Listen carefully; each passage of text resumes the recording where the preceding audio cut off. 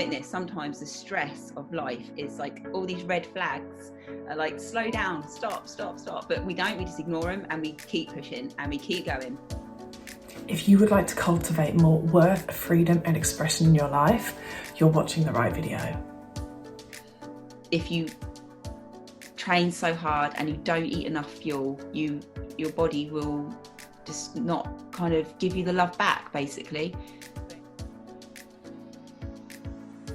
I'm a certified life coach, a human design reader, and I work with my clients to help them navigate feelings of unworthiness, to shed the weight of the expectations of others, and really to step into speaking their truth.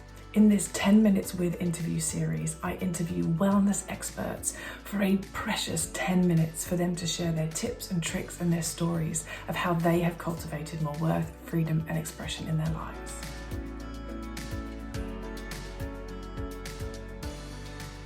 Hello, Donna, and thank you for joining me for the 10 Minutes With series.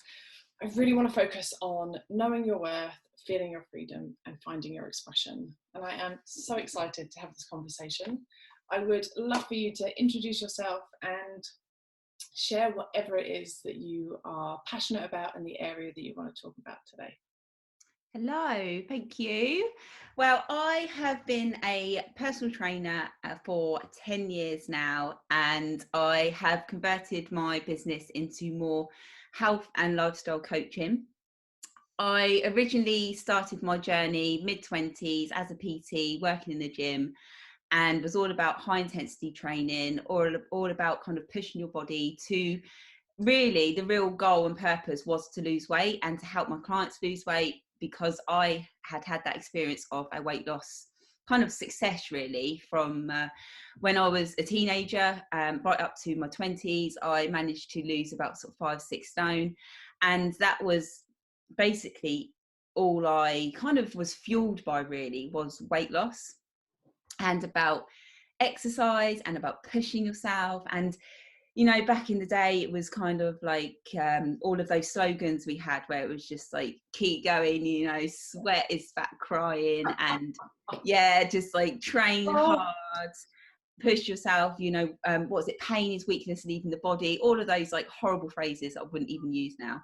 And I did kind of get quite obsessed with it. And then I thought, you know, that was with my own fat loss journey. And then I thought, what a great way to run now a business in the fitness industry.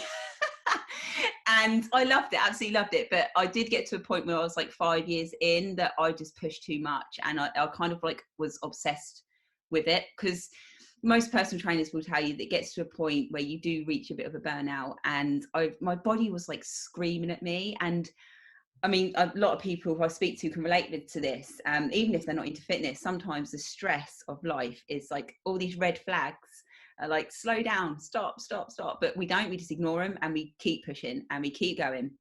So basically I just made myself quite unwell. I was so obsessed with being a healthy version of myself, I actually made myself a very unhealthy version of myself. So my whole business now, 10 years on, I am now more of a wellbeing coach, because I actually listen to my clients, and I've learned it the hard way to listen to my body and realize you don't have to push. And yoga is absolutely amazing for you. Pilates is wonderful, because when you push your body so much, we forget about the relaxation, we get about restorative movement and nourishing your body with nutrition rather than just going on a diet. And I cannot tell you, Faye, how many diets I have tried, and more or less like, so I'm the like the A-type personality that I will not give up.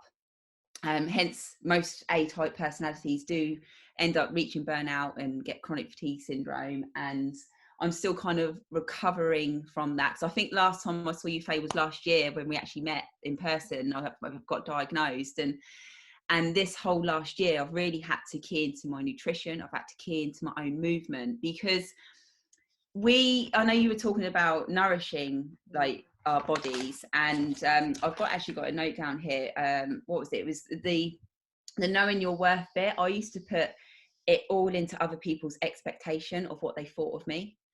And I would literally, my whole life was just ruled and run by the expectations of what other people thought, especially going from someone who was obese as a teenager to losing the weight, and you get congratulated, and weight loss is always seen as a congratulations and an amazing thing. And then when you've got a person who gets congratulated for their whole life for just losing weight, it really does grate on me now, because now I've reached a point where I sustain the weight loss, so I don't get congratulated anymore. And I'm like, just like, celebration is over. What? Yeah, like, where do you go from now? And like, so I've like had so many times where you just feel lost, and then you think, oh, maybe I'll just try and lose more weight, or maybe people will approve of me if I am thinner, which is just absolute crap because it's not your personality. Like, so yeah, this year I've realised that knowing my worth, and I used to put everything and nurturing all of my clients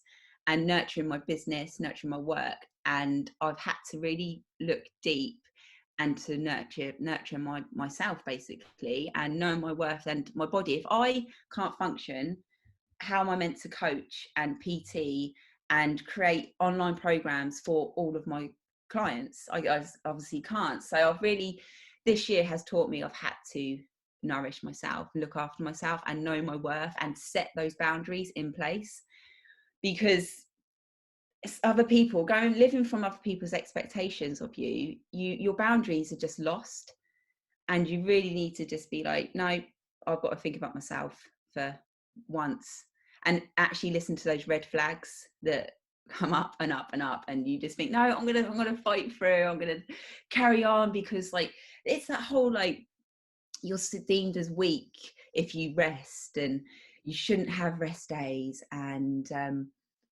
it like you should be running, not walking. And I can honestly tell you now, I do not run whatsoever. I've completed like marathons in my 20s, and I used to get anxiety about not going out for a run at least sort of 15 miles a week. I just couldn't cope. I would get really anxious. But now I don't think I've run 5 miles all year, and guess what, I've not gained any weight. I've been walking, and I've been doing like yoga for my mental well-being, and I've not, I mean, yeah, I've probably gained a bit of weight, but it's not the end of the world. I'm still me. And this whole year so far, 2020, has like taught me that mental health and how you see yourself in your body isn't the be all and end all of what other people think of you, because I feel like I'm stripping away that old person.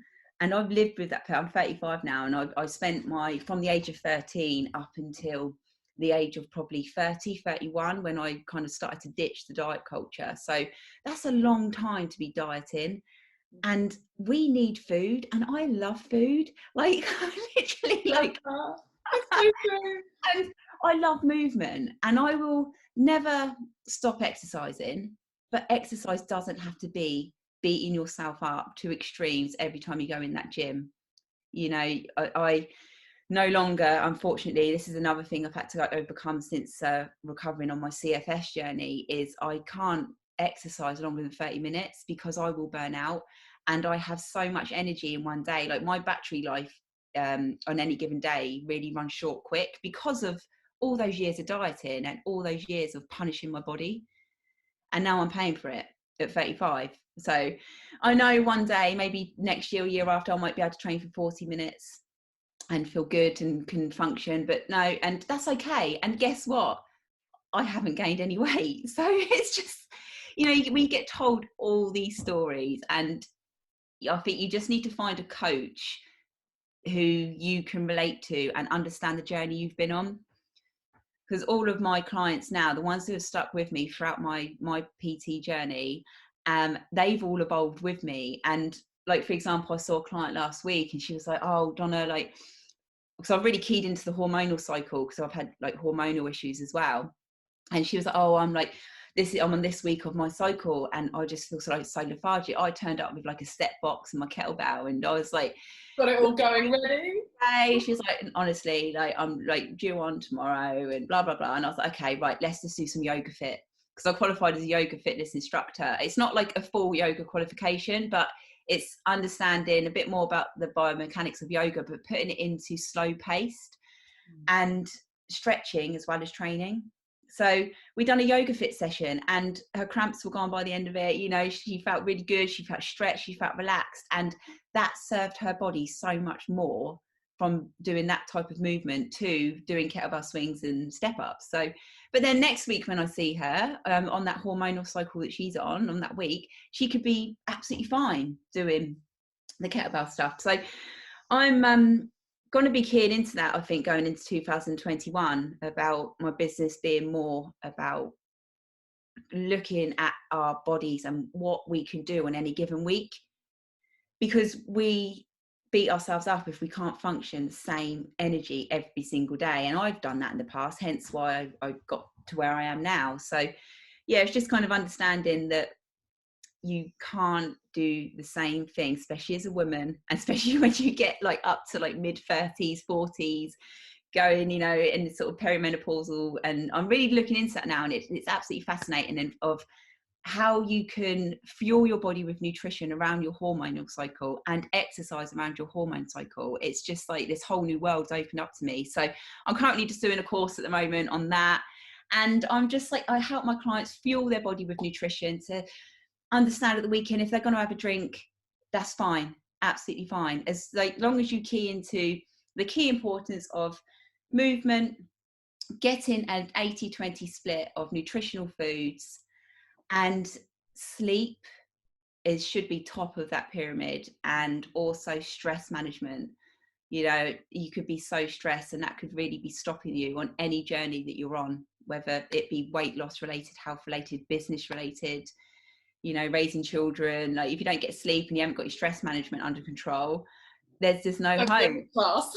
Yeah, that's it. And like they are literally at the top, and then you've got your nutrition, then you've got your movement, like general movement activity, healing the body with movement, and then right at the bottom you've got your high intensity training. And yeah, it used to be the other way around for me in my 20s, and I used to look at people in their kind of sort of coming up to 40 and they'd be like, oh, you know, I've got no energy today. And I used to be jumping around a gym when I was 25 thinking, oh, what are you on about, you know?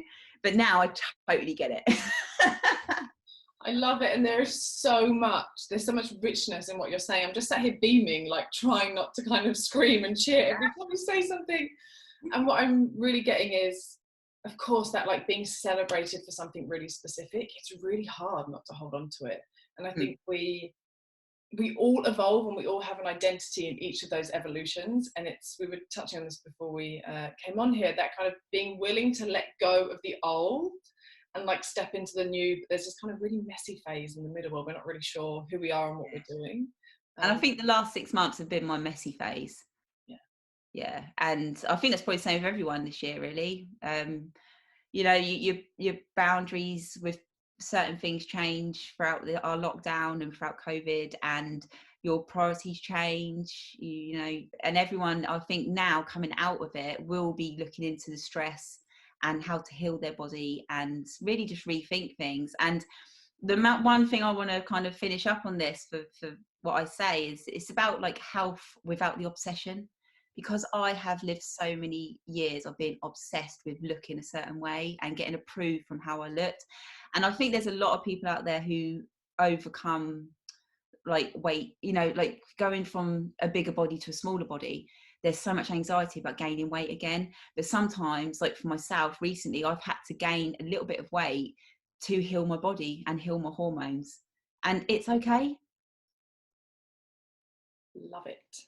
And what would, that feels like the one tip that's so clean, like really kind of focusing on health, but without the obsession. Anything else you would want to say for anyone watching who may be where you've been, that you kind of, your parting nugget of wisdom to something, you would have wanted to hear maybe a few months or years ago? Yeah, I think that just be a bit kinder to yourself, which I know is so easy for us coaches to say. And if someone was to say to me years ago that less is more, I would have just laughed in their face.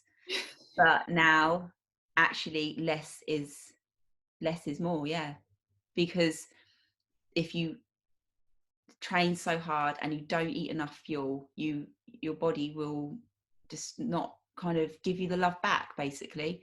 Whereas if you take a step back, analyze what's important, fuel your body, move smartly, listen to yourself, and it's your body, your rules, basically. And I can't believe I'm going to say this, but don't really care what other people think of you. And it is hard. It is hard. Yeah, it's so true. Thank you so much. This has been so impactful and powerful in such a short time. I hope that those that are watching this will really serve them. It's definitely been a reminder of all of those things, being kind to yourself, nourishment, and really being allowed to evolve and not really caring what others think, right? Like, we only live this particular life once. Let's make the most of it. And do what makes you happy with exercise, basically. Just don't get in, other people pushing their opinions on you to say you should be doing that or you should be doing this, with that expectation thing, just do what feels right for you and listen to those red flags. Yes. Amazing. Thank you, Donna. I could talk to you all day. I will share your details and all your information below the video so people can find you. Thank you so much for your time. I'm unbelievable. Thank you, Ray. Thanks, Donna. Thank you for joining me for this interview. I hope that it's been insightful. Please hit like, hit subscribe so you don't miss any of these in the future. And if you want more tips and tricks and stories about cultivating more worth, freedom and expression, come and join me over on Insta at the What If Coach Faye.